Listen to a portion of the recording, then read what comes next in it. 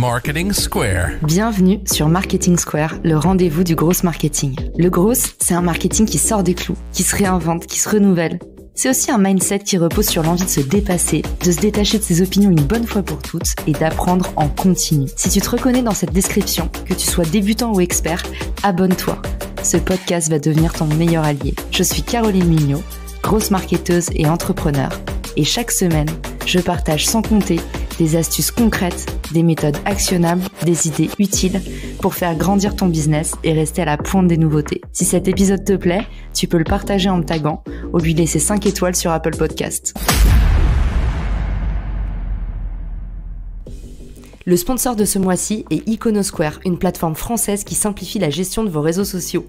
Pour beaucoup d'entre vous, l'analyse de la performance sur tous vos comptes sociaux, ça prend beaucoup de temps et ça part souvent dans tous les sens. En prenant ne serait-ce qu'un essai gratuit sur Iconosquare, vous allez pouvoir extraire des rapports détaillés et mieux comprendre où vous en êtes, que ce soit sur Instagram, Facebook, TikTok ou même LinkedIn. J'ai choisi ce sponsor parce que j'adore la plateforme, je l'utilise moi-même et surtout c'est une équipe hyper sympa et je sais qu'il le mérite. Vous trouverez le lien pour tester Iconosquare depuis les ressources de l'épisode. Bonjour à tous et bienvenue dans ce nouvel épisode de Marketing Square. Aujourd'hui, on va parler d'un sujet que vous adorez, l'acquisition payante. On va essayer de craquer en bonne compagnie le secret des pubs Facebook et Instagram pour créer des publicités qui convertissent pour de vrai. Avec moi pour en parler aujourd'hui, Joseph Dogno, qui est à la fois consultant Facebook, Instagram Ads, mais également formateur sur le sujet. C'est donc avec beaucoup de pédagogie qui va nous descendre le sujet du jour. Salut Joseph, bienvenue sur le podcast. Salut Caroline, merci de m'accueillir. Mais je suis hyper contente. Aujourd'hui, l'offre est tellement pléthorique qu'on a du mal à faire des publicités, soit qui sortent vraiment des clous, soit qui convertissent. Et au final, la pub est de moins en moins rentable. On ne va pas rappeler aussi qu'il y a eu des problèmes sur toute la partie tracking avec les mises à jour iOS. On peut de moins en moins tracer le comportement des utilisateurs. Donc, c'est de plus en plus difficile de faire du retargeting. Joseph, toi, c'est quoi tes petits secrets, les bonnes pratiques pour une publicité en ligne qui convertit ? Si on parle de rédaction, enfin vraiment de la partie contenu publicitaire, donc on pourrait parler de plein de choses. Il y a la partie technique sur Facebook, le ciblage, la structuration des campagnes, l'acquisition, le retargeting. Aujourd'hui, j'avais plutôt envie qu'on parle du contenu et plus précisément du copywriting, c'est-à-dire comment est-ce qu'on fait pour rédiger une publicité qui convertit. Pour moi, il y a 3 bonnes pratiques à respecter pour rédiger des pubs qui convertissent. La première, et c'est un peu un fil rouge, je trouve, dans la pub Facebook, c'est d'avoir un objectif clair. Et donc, quand on se met au niveau, c'est valable au niveau de la campagne, mais c'est aussi valable au niveau d'une pub. C'est-à-dire que pour moi, une pub, c'est égal à un message, c'est égal à un objectif. Une pub, elle doit contenir un seul appel à l'action qui doit être clair et explicite. Ça paraît hyper évident, ce que je suis en train de dire, mais je t'assure qu'il y a beaucoup de pubs qui respectent pas cette règle pourtant simple. Les gens qui les rédigent vont demander aux personnes qui vont voir la pub plein de choses. De commenter, de taguer un ami, de cliquer sur la pub, d'aller remplir un formulaire et d'aller acheter en profitant d'un code promo. Ça fait beaucoup de demandes et en général, il se passe rien. Si on noie les gens dans des sollicitations, il se passe rien. Il faut vraiment avoir un objectif clair.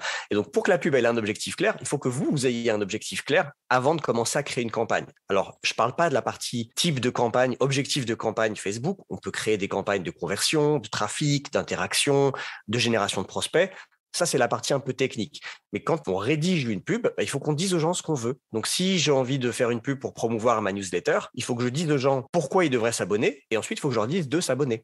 Si je veux que les personnes téléchargent un logiciel, par exemple, pour un essai gratuit de 14 jours, il faut que je leur donne une raison de le faire. Ensuite, je leur dis de le faire. Et je ne vais pas leur demander d'aller lire en plus un guide ou de regarder une vidéo. Il faut vraiment avoir un message très concis. Ça, c'est la première bonne pratique. La deuxième, c'est d'attirer l'attention vite parce que, comme tu disais, on est noyé sous le contenu.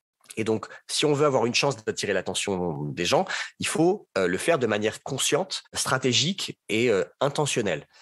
J'imagine, toi, tu connais, je ne sais pas si ton audience connaît, il y a des systèmes de copywriting. Le plus connu, c'est AIDA, A-I-D-A, acronyme anglais pour Attention, Interest, Decision, Action. Donc, attention, intérêt, décision et action.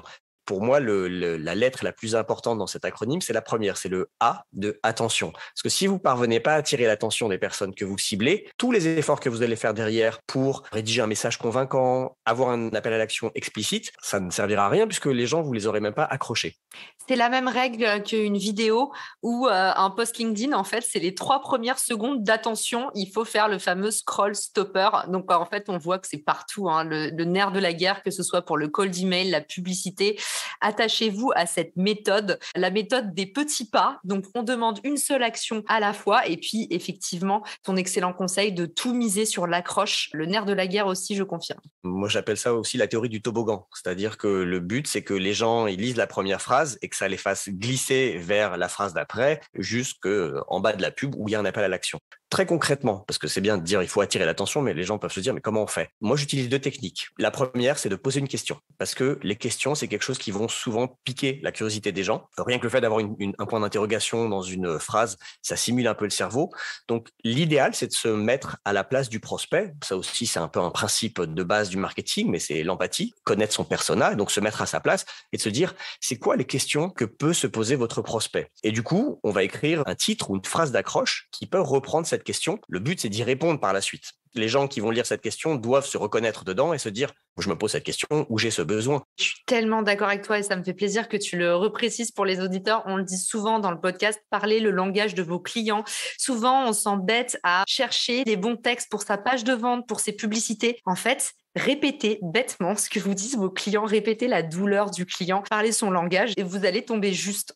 Il y a un framework de copywriting que je mentionnais qui était AIDA. Il y en a un autre qui s'appelle PAS pour Problem Agitate Solution. Et donc là, la manière d'accrocher l'attention dans celui-là, les 2 systèmes sont assez proches, mais dans celui-ci, la technique, c'est de soulever un problème, de commencer par soulever un problème. Donc là, en l'occurrence, c'est marre d'oublier vos mots de passe, on met le doigt sur un problème. Il y a une autre technique pour attirer l'attention rapidement, c'est de s'adresser directement au prospect, en nommant, dans la mesure du possible, d'écrire la pub comme si on parlait directement à une personne de l'audience cible. Par exemple, moi, si j'écrivais une pub pour promouvoir mes services, ça pourrait être vous êtes entrepreneur et vous galérez pour avoir des Facebook Ads rentables et hop, après, je pourrais dérouler quelque chose. Parce que je sais que dans mon audience, en tout cas dans les gens que je cherche à toucher, il y a des entrepreneurs. Il y a aussi des consultants indépendants, il y a aussi des traffic managers en agence. Donc, je sais que j'ai plusieurs profils de personnes avec qui je travaille. Donc, je pourrais en choisir un et me dire, je vais m'adresser aux entrepreneurs parce que l'entrepreneur, pour moi, c'est une bonne cible parce que il a plein de choses à faire. Il faut qu'il gère son business, qu'il développe son produit, qu'il fasse du support client, de la compta, etc. Donc, la partie Facebook Ads, c'est pas un truc sur lequel il a intérêt à passer trop de temps. Et donc, je peux, moi, jouer sur le côté gain de temps, efficacité, etc. Ces 2 techniques, je les trouve assez utiles pour attirer l'attention, soit poser une question, soit s'adresser directement au prospect, donc en écrivant comme si on parlait à l'audience cible. Sur ce point, je précise juste un truc, il faut faire attention à bien respecter les règles publicitaires de Facebook et il y a certaines choses qu'on n'a pas le droit de faire. Par exemple, on n'a pas le droit de faire référence à des attributs personnels comme l'origine ethnique, la religion, l'âge, l'orientation sexuelle, problème de santé. On pourrait pas dire vous êtes diabétique, j'ai un cachet qui vous êtes dans vos diabètes, ou vous êtes homosexuel, ou vous êtes juif. Ces choses-là sont interdites, ça ne passerait pas. Mais par contre, dire vous êtes entrepreneur, vous êtes consultant social média, là c'est pas un souci, c'est pas des choses trop personnelles. Donc ça, c'était mes 2 premières bonnes pratiques. Et la 3e, c'est un grand classique du marketing, mais je trouve qu'il s'applique toujours, parce que en fait, le marketing, ça n'est qu'un éternel renouvellement et c'est souvent revenir à des fondamentaux. C'est de penser aux bénéfices plutôt qu'aux caractéristiques de ce qu'on veut promouvoir. En tant que marketeur, marketeuse, on a souvent tendance à mettre en avant les caractéristiques du produit ou du service qu'on veut vendre. C'est assez naturel, c'est intuitif, voilà, quand on réfléchit à ce qu'on veut vendre, on se dit j'ai un produit, voilà ce qu'il fait. Or, souvent on dit que ce qui fait vendre, c'est pas les caractéristiques, ce sont les bénéfices. Déjà, il faut faire la distinction entre les 2. Je peux peut-être donner un exemple qui va plus parler aux gens. Les caractéristiques, c'est le comment de votre produit. Ça parle pas du consommateur, ça parle uniquement du produit. Les bénéfices, à l'inverse, c'est le pourquoi du produit. Donc, les bénéfices, elles se concentrent pas sur le produit, elles se concentrent sur le consommateur. Il faut que quand le consommateur lise les bénéfices de votre service ou de votre offre, il puisse se projeter et s'imaginer en train de bosser avec vous. En gros, il va voir ce que votre solution va lui apporter, quel problème ça va résoudre. Si on voulait résumer, on pourrait dire qu'une personne, elle achète pas un moyen, elle achète une fin. L'exemple le plus parlant que je connais, c'est un gars qui s'appelle Theodore Levitt en 1960, dans les années 60, aux États-Unis, qui avait théorisé ça comme ça en disant les gens veulent pas une perceuse de 0,5, ils veulent un trou de 0,5. Au final, si on est fabricant de perceuse, on peut se dire cette perceuse, elle a 10 mèches de 0,5 à 4 cm, elle a une puissance de je sais pas combien. Enfin, j'y connais rien en perceuse, mais j'imagine qu'il y aurait plein de choses techniques à dire sur le sujet. En fait, si on s'adresse à des gens très bricoleurs, c'est très bien de dire ça. Mais si on s'adresse au commun des mortels, un gars comme moi, par exemple, qui est pas du tout bricoleur, moi, je m'en fous de savoir combien de mèches elle a, combien de temps elle va durer et quelle profondeur de trou elle peut percer. Moi, ce qui m'intéresse, c'est qu'est-ce que je vais faire avec cette perceuse. Si j'achète une perceuse, c'est a priori pour accrocher une étagère au mur.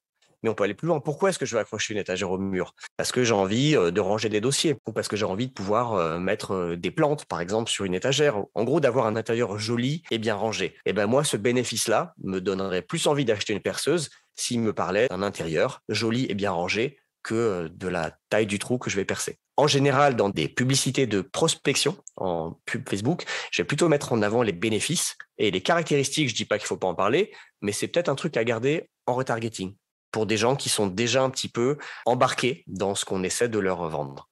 Canon. Merci. On sent ton naturel de podcasteur qui revient au galop parce que tu nous racontes des histoires.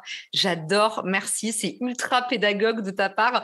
Je récapitule tes 3 brillants conseils qui rebouclent complètement sur des choses qu'on dit dans le podcast. Encore une fois, le marketing, ça se réinvente pas. C'est toujours les mêmes recettes. Donc, numéro 1, on focus sur son objectif. Qu'est-ce que vous voulez atteindre? C'est une chose à la fois. Et puis surtout, on n'en a pas parlé, mais on n'oublie pas, ce qui ne se mesure pas ne s'améliore pas. Donc en fait, être très clair avec vous-même sur votre objectif à atteindre, ça va vous permettre aussi de relever la performance et la pertinence de votre publicité par rapport à votre objectif. Donc numéro 1, un seul objectif. Numéro 2, tu nous as dit parler comme un humain et même, j'irai plus loin, parler comme votre client sur les réseaux sociaux. Même si vous êtes une marque, vous ne devez pas vous exprimer comme une page entreprise. Votre client, il a envie d'entendre un humain et c'est encore mieux si vous parlez son langage et si vous parlez de sa douleur. Conseil numéro 3, j'adore aussi. Vendez du rêve, on n'est pas sur le moyen, on est sur la finalité. Et puis, il faut toujours parler de la transformation. Donc ça, c'était les bonnes pratiques. Merci, j'adore. C'est mille fois validé parce que j'ai vu autour de moi. Et est-ce qu'il y a des petites erreurs à éviter pour ceux qui sont dans le cas où ils lancent leur première campagne? C'est quoi les grosses erreurs de débutants qui peuvent être facilement évitées? Alors, il y en a une que tu as mentionnée, c'est le fait de parler avec un langage un peu trop corporate, trop business, trop empoulé de manière générale. Pour moi, une bonne pub, c'est une pub qui a un langage simple, un message clair et concis. Et pour ça, il y a une formule que j'aime bien moi garder en tête, l'acronyme KISS, Keep It Simple Stupid. Dès que je commence à écrire un truc avec des phrases trop longues et trop compliquées, je me dis non, il faut que je parle à quelqu'un qui, a priori, n'y connaît rien. Même si c'est pas forcément le cas. Peut-être que dans mon audience, je parle de mon audience, moi, en tant que consultant, ou l'audience de clients, quand je rédige des pubs pour eux, je me mets à la place des personnes à qui je m'adresse et je me dis, une pub va tomber sur leur fil d'actualité. A priori, ils n'ont rien demandé et ils ne connaissent pas la marque. Ils savent peut-être même pas qu'ils ont ce besoin ou ce problème. Donc, il faut que je les prenne vraiment par la main. Voilà, tu as soulevé cette première erreur, c'est d'écrire avec un langage qui ne parle pas aux personnes à qui on s'adresse. La deuxième erreur, c'est de parler à tout le monde et du coup à personne. C'est-à-dire de ne pas savoir à qui on s'adresse. C'est hyper important. C'est important de connaître son persona quand on fait du marketing de manière générale parce qu'il faut bien savoir à qui on va vendre ce produit, son service. Tout ce qu'on va faire en termes de pub découle de ça. Il faut toujours garder en tête, moi, je m'adresse à des traffic managers, je m'adresse à des coachs, je m'adresse à des acheteurs RH, peu importe, mais il faut savoir à qui on s'adresse. Parce que si on ne sait pas, du coup, on essaie de parler à tout le monde et du coup, on ne parle à personne. Et je dirais que la troisième erreur, c'est de ne pas mentionner des problèmes concrets ou des bénéfices spécifiques. Donc, j'ai dit que c'est bien de soulever des problèmes, les problèmes que va avoir notre audience, mais il faut être du coup le plus spécifique possible pour que ça soit parlant. Par exemple, moi, si je fais une pub qui dit aux gens, vous galérez avec vos campagnes Facebook Ads, pas très spécifique. Ça veut dire quoi, vous galérez? Ça veut dire, vous savez pas quel budget allouer à vos campagnes. Ça veut dire, vous avez du mal à cibler vos audiences. Ça veut dire, vous avez du mal sur la créa. Ça veut dire, vous savez pas comment structurer un compte. C'est trop générique. Et du coup, ça va a priori parler à personne. Moi, je préférais dire, vous savez pas quel budget allouer à vos campagnes de pub, vous savez pas comment configurer un ciblage, vous savez pas interpréter les stats, savoir si la campagne fonctionne ou pas. Plus on peut être spécifique, plus ça va parler aux personnes qu'on cherche à toucher. Et pour ça, pour être spécifique, si vous n'avez pas forcément beaucoup de temps à allouer, à faire de l'audit, à aller rencontrer vos prospects pour aller écouter un peu justement les mots, les douleurs qu'ils vous racontent, vous pouvez toujours utiliser les suggestions Google. Allez taper un petit peu vos mots-clés sur Google, regardez les questions qui ressortent par rapport à vos mots-clés. C'est tout autant de points de tension. Et puis, 2 petits outils que j'adore donner, je ne sais pas si tu les connais, Joseph, mais Answer the Public, Answer Socrate, ça peut vous permettre en fait d'extraire automatiquement toutes les requêtes de recherche les plus volumineuses liées à vos thématiques. Donc en fait, si par exemple moi je travaille dans le partenariat, je tape partenariat et ça va mettre quel partenariat est fait pour moi, quelle est la différence entre partenariat et co-marketing, comment créer un partenariat efficace. En fait, j'ai plus qu'à utiliser ces phrases-là pour attirer l'attention du plus grand nombre parce que je sais que c'est des frictions avérées. Merci pour ces bons conseils. Il y a encore une chose que je voulais qu'on déconstruise. Souvent, j'entends 2 choses totalement contradictoires. J'entends une chose où on me dit, mais en fait, Facebook, c'est pas fait pour le B2B. Le B2B, c'est LinkedIn. Et j'entends autre chose. J'entends beaucoup aussi, en fait, B2B, B2C, c'est une frontière qui n'existe plus. Je trouve que les deux sont vrais dans un sens. Un petit retour d'expérience. Moi, je vendais un logiciel pour des consultants en data. En fait, mes coûts d'acquisition étaient beaucoup moins élevés sur Facebook. J'étais beaucoup plus rentable sur Facebook que sur LinkedIn. Donc, contre-intuitif.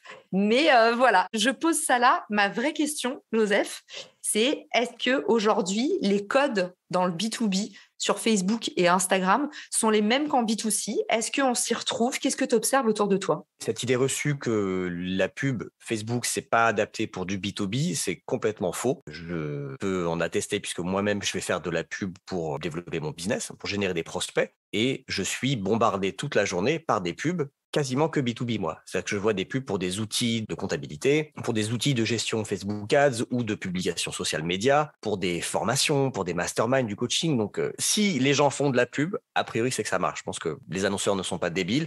Si ça marchait pas, ils le feraient pas. Maintenant, c'est vrai que on a cette image de Facebook comme un réseau pour les particuliers, Facebook et Instagram. Et c'est vrai qu'en termes de ciblage, c'est plus difficile d'aller chercher du B2B parce que il existe des ciblages B2B, des choses comme le marketing, la publicité en ligne, la génération de prospects, mais c'est quand même assez limité, assez circonscrit. Si on veut cibler un directeur général dans une PME, on peut pas choisir ce genre de critères, contrairement à LinkedIn. Il faut pas oublier que tout le monde est sur Facebook et sur Instagram. En France, il y a 43 millions à peu près de personnes sur Facebook. Je ne sais pas exactement combien sur Instagram, je crois que c'est de l'ordre de 17, mais en gros, quand on cumule les deux, on a à peu près toute la population adulte qui est sur ces réseaux. Même si on fait de la publicité B2B, on va quand même cibler des gens. Les gens qu'on veut cibler, qui soient décisionnaires, responsables, acheteurs, ce sont des personnes comme toi, comme moi, et qui vont, à un moment de la journée ou de la soirée ou de leur trajet, vont aller sur Facebook et sur Instagram. Et d'ailleurs, j'avais participé à un séminaire chez Facebook il y a 2 ans, je crois que c'était juste avant le Covid, qui était spécifiquement sur les campagnes Facebook Ads pour du B2B. Et le mec avait une formule que j'avais beaucoup aimée, qui disait, il faudra qu'on arrête de penser au B2B, on va parler de B2Bob. Parce que pour lui, le B2B, c'est une espèce d'entité informe, corporate, qu'on ne sait pas. Non, il dit B2B, c'est du business to Bob. Bob, c'est un mec dans une boîte, c'est le mec qu'on veut cibler. On va dire qu'il s'appelle Bob. Ok. Il se trouve qu'il est sur Facebook et sur Instagram. Il faut qu'on se mette dans sa tête, qu'on comprenne ses besoins, ses contraintes, son timing, qui sont des choses différentes d'un consommateur en B2C, mais ça reste une personne qu'on va pouvoir toucher sur Facebook et sur Instagram. D'après tout, le challenge va être comment on fait pour les toucher. Vu que les critères de centre d'intérêt sont pas forcément adaptés, on peut faire des choses comme les lookalikes, par exemple. On peut faire des lookalikes d'un trafic d'un site ou d'un article de blog ou des utilisateurs d'une appli. Il y a plein de façons de le faire, mais c'est un peu plus tricky qu'en B2C. J'adore B2Bob. Moi, on a tout en tête, c'est business to human, parce qu'à la fin, tu vends toujours à des humains, tout ça. Mais je connaissais pas. La formule est beaucoup plus marrante comme ça. Tu parles de lookalike. Est-ce que tu peux nous expliquer ce que c'est? Bien sûr, les lookalikes, c'est un type d'audience qu'on peut créer sur Facebook. En français, ce sont des audiences similaires. Donc, on ne va pas créer une audience en définissant des critères comme le sexe, l'âge, des centres d'intérêt, par exemple les gens qui aiment le yoga ou qui lisent les échos ou qui boivent du thé vert. On va donner une source de gens à Facebook et en gros, on dit à l'algorithme de Facebook, j'aimerais trouver des personnes qui ressemblent à cette source.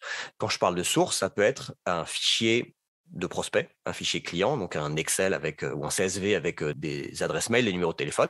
Ça peut être un trafic de site. Si on installe le pixel Facebook qui permet de traquer l'activité sur son site, on peut dire à l'outil publicitaire, j'aimerais 500 000 personnes qui ressemblent aux visiteurs de mon site des 30 derniers jours. On peut même aller plus loin et dire, j'aimerais des gens qui ressemblent aux visiteurs de certaines pages. Ma page pricing, ma page service, ma page, mon blog, par exemple. Il y a plein de sources qu'on peut créer et demander à Facebook d'aller chercher des personnes qui ont des profils et des comportements similaires.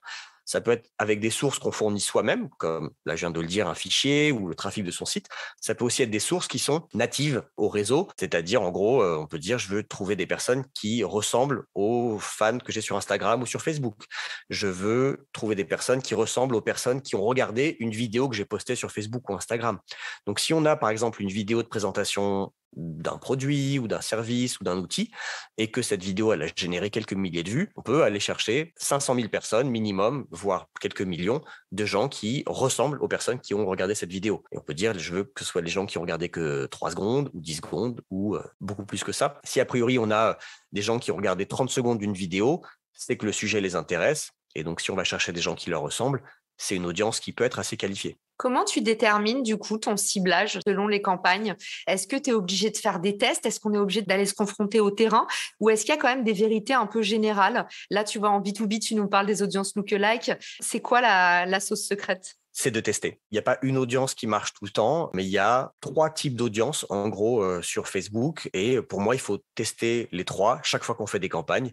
Les 3 types d'audience, c'est donc les audiences qu'on appelle comportementales ou par centre d'intérêt. Donc, on va me dire, je veux cibler les gens qui lisent Les Échos, le Financial Times et TechCrunch, par exemple. Le deuxième type d'audience, c'est les audiences lookalike, où là, on va dire, j'ai une source que je considère être pertinente et quali. J'aimerais que Facebook me trouve des gens qui ressemblent à ces gens-là. C'était souvent les meilleures audiences jusqu'à tous les changements iOS 14. Maintenant, vu que Facebook a un peu moins de data, les audiences lookalike sont un peu moins efficaces qu'avant, mais ça ne veut pas dire qu'elles ne marchent pas. Il y a un troisième type d'audience qui est ce qu'on appelle les audiences larges, les audiences broad, où en gros, on ne met pas de ciblage. On va juste mettre un ciblage géographique. Donc, on cible, je sais pas moi, tous les gens qui habitent en France, de tel âge à tel âge, qui sont des hommes ou des femmes ou les deux, et c'est tout. Et on va laisser l'algorithme faire.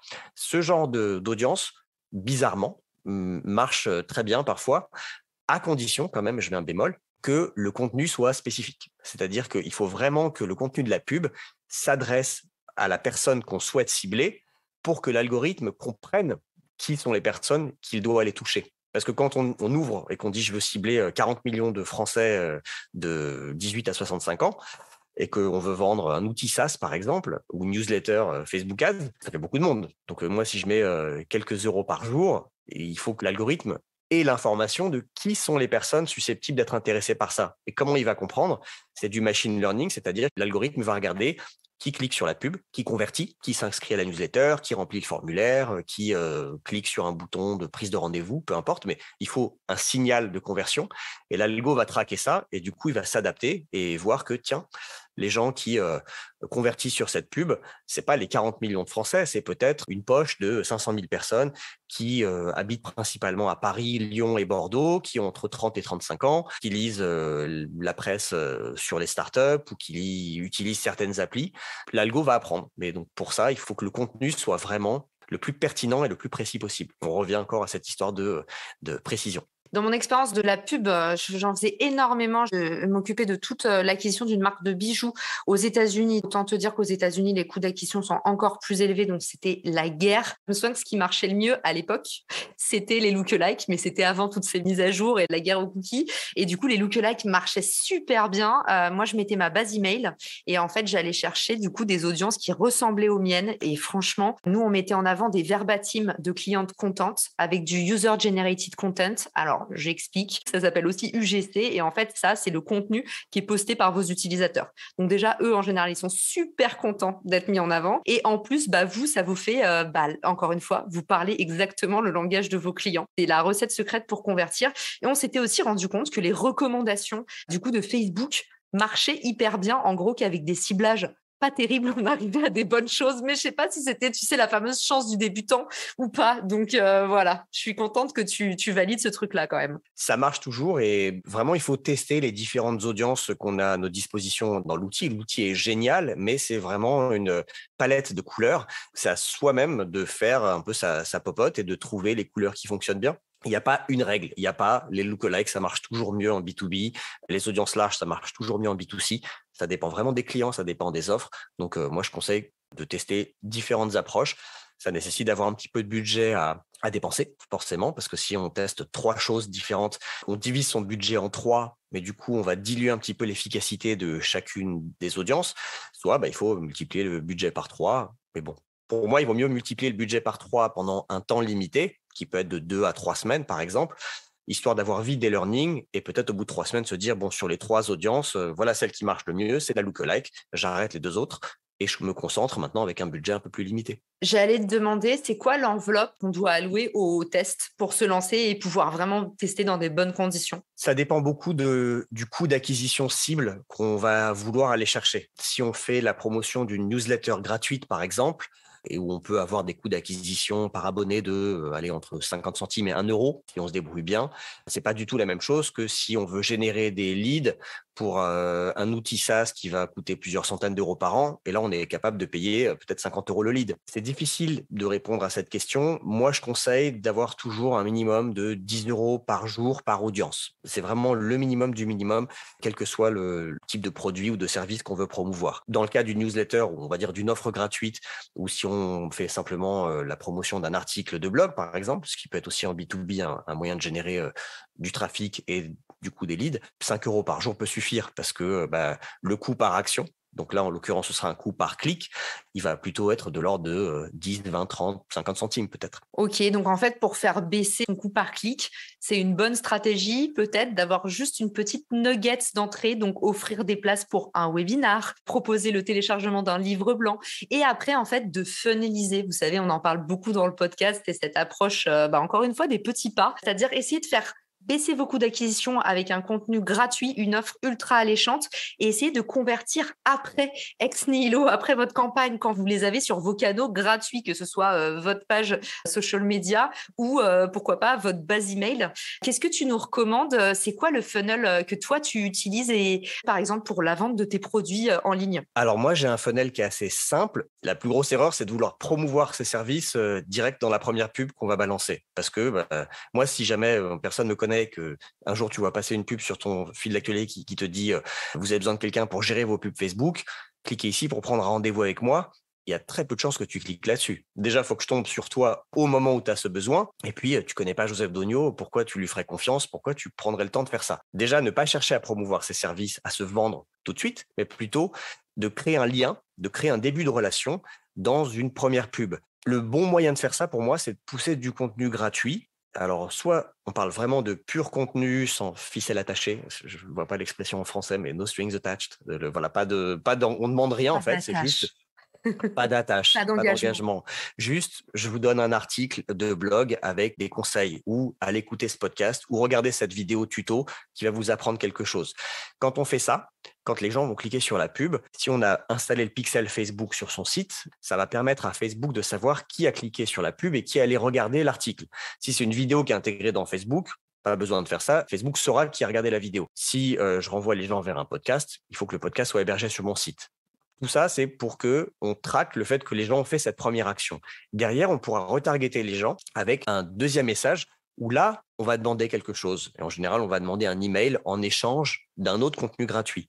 Et cet autre contenu gratuit, qu'on appelle parfois un lead magnet, un appât à prospect. Donc, pour appâter le prospect, je vais lui promettre quelque chose d'utile. En échange, je lui demande son adresse mail. Parce que pour générer des prospects, en fait, il faut récupérer un contact, soit un numéro de téléphone, soit un email. Le mieux, je trouve, c'est de récupérer un email. Et pour récupérer le mail, la promesse qu'on peut faire, c'est un webinaire, par exemple, un webinaire gratuit. Ça peut être télécharger un guide gratuit, un PDF dans lequel on a condensé quelque chose, une étude de cas, des conseils. Alexis Minkela, du podcast Tribu Indé, qui fait ça très bien. Il a un lead magnet sur son site qui est un condensé des meilleurs conseils du podcast. Donc, il a fait un PDF avec 50 pages de conseils de freelance qui ont été interviewés dans son podcast. Du coup, c'est comme ça qu'il arrive à récupérer des adresses mail. Je trouve que offrir quelque chose de ce type, c'est beaucoup mieux que la promesse de s'inscrire à une newsletter. Parce que juste de dire aux gens, abonnez-vous à une newsletter, abonnez-vous à ma newsletter, qui a envie de recevoir plus de mails avec une promesse un petit peu vague. Et je trouve que ce n'est pas terrible comme promesse. Il vaut mieux offrir quelque chose de concret, comme ce que je viens de dire pour Alexis Michela. Moi, dans mon cas, j'utilise soit une mini-formation vidéo, qui est un peu un tuto sur comment tu crées ta première pub Facebook, ou un cours par email gratuit. Ça, c'est des trucs qui marchent assez bien aussi. C'est donnez-moi votre mail et je vous envoie 7 conseils pendant 7 jours, par exemple, sur les fondamentaux des Facebook Ads. Le but, c'est donc de donner de la valeur, d'apprendre quelque chose aux gens. Et une fois que j'ai leur adresse mail et que j'espère je leur ai donné un contenu utile, je peux me permettre derrière d'aller parler de mes services, de mes offres, de mes formations, de mes prestations, parce que je ne suis plus un inconnu pour ces personnes. Quelque part, j'ai un peu fait mes preuves, j'ai montré que je savais de quoi je parlais, j'ai pas fait le bourrin en voulant me vendre tout de suite. Du coup, il y a plus de chances que ça marche. Ça ne veut pas dire que tous les gens, à la fin de la séquence mail, vont m'appeler et signer un contrat. Mais en tout cas, je trouve que l'approche, elle est plus soft, plus utile. C'est comme si tu rencontres quelqu'un en soirée, est-ce que tu lui demandes tout de suite Joseph, finis pas cette phrase, tu vas dire quelque chose de très vilain. Non, j'allais dire, est-ce que tu demandes à la personne de se marier avec toi tout de suite? Ou est-ce que tu lui proposes peut-être juste de te donner son numéro de téléphone et d'aller boire un verre et voilà. Ou de la drogue, si tu veux. Bref. Mais non, mais voilà, c'est une des approches un peu soft. Je trouve que ça marche mieux en business et dans la vie en général. Canon. Alors moi, justement, je ne sais pas si tu sais ça sur moi, mais par exemplarité, moi, je suis spécialisée dans l'organique, donc dans le non payant. Et du coup, je ne fais jamais de pub et j'en ai jamais eu besoin parce que forcément, moi, je vends de la croissance organique. Donc, il ne faut pas que je me développe via du payant. Mais si jamais demain on me demandait de faire une pub, il y a un funnel que j'adore, donc je le pose là. Je trouve ça très malin, j'ai vu ça plusieurs fois. C'est une plateforme qui s'appelle Webinar Jam qui vous permet, mais Restream le fait aussi. Je vous mets les outils dans les ressources de l'épisode. En fait, c'est des plateformes qui vous permettent de faire tourner des webinars. Donc en fait, moi, ce que je ferais, si demain j'avais besoin de publicité pour vendre mes services, j'irais en fait enregistrer un webinar en proposant tout de suite de la valeur. Par exemple, les secrets du partenariat, 5 idées malines de partenariat pour les petites structures par Caroline Mignot. Je mets une pub comme ça, je récolte des tickets et en fait, je trouve que là, ce qui est déjà puissant, c'est l'image. Donc, non seulement tu rends service et en plus, tu as du lien avec les gens. Et toi, tu es complètement en passif. Tu as enregistré le webinar une fois. Bon, les webinars enregistrés, c'est quand même moins sympa que le live, mais on va pas se mentir, ça fait le taf et il y a une flexibilité de dingue. Les gens, ils choisissent 2 heures plus tard, ils sont devant la vidéo parce que souvent, la publicité, c'est impulsif. Donc, il faut faire attention à ça. Donc, il faut engager tout de suite. Webinar Jam, ça vous permet tout de suite d'avoir un webinar qui tombe. Ensuite, je propose un livre blanc à télécharger. Et je trouve que là, une fois qu'ils ont engagé avec vous via le live et qu'ils sont dans votre base email, je pense que pour convertir, c'est un cocktail explosif. Donc voilà, je ne le fais pas. Mais si jamais un jour, j'ai besoin de publicité, je pense que j'irai dans cette voie-là. J'adore. Tu vois, moi, j'ai jamais fait ça avec des webinars. Je fais ça uniquement avec 4 vidéos. En tout, ça dure 45 minutes. Comment créer votre première pub Facebook, le ciblage, machin. Donc, les gens me voient, ça crée un peu un lien. Et vu que derrière, je propose une formation vidéo complète à la pub Facebook, ils ont déjà eu un échantillon de comment j'explique les choses. Ils vont décider d'eux-mêmes, est-ce que je suis assez pédagogue, est-ce que je suis clair, est-ce que la qualité de production des vidéos est bonne, etc. Il faut trouver après son médium. Ça peut être le mail, ça peut être un PDF, ça peut être un webinaire. En vrai, exploitez vos forces, c'est comme toujours. Hein. Si vous êtes à l'aise en vidéo, allez-y à fond parce que la vidéo, c'est quand même, ça crée une image mentale qui est beaucoup plus forte que du texte, moi je trouve. Si vous êtes un champion de la plume, créez une newsletter ou un séquençage email avec les 7 premiers jours de formation offerte. En tout cas, merci Joseph pour tous ces conseils actionnables que tu nous as prodigués dans cet épisode. Comme quoi, tu vois, même si moi, je suis en guerre contre la publicité, et ben tout le monde est bienvenu dans ce podcast et j'ai quand même réussi à être émerveillée par tes propos parce que j'adore toutes ces règles élémentaires que tu nous as rappelées. J'espère que vous qui écoutez le podcast, ça va vous aider à faire des campagnes plus rentables. Où est-ce qu'on peut te contacter, Joseph, pour t'envoyer des remerciements, te poser des questions, se connecter avec toi? Alors, on peut se connecter avec moi sur LinkedIn ou on peut aller sur mon site neomedia.io sur lequel on trouve à peu près tout ce que je fais, que le lien vers mon podcast No Pay No Play, mon blog, ma newsletter.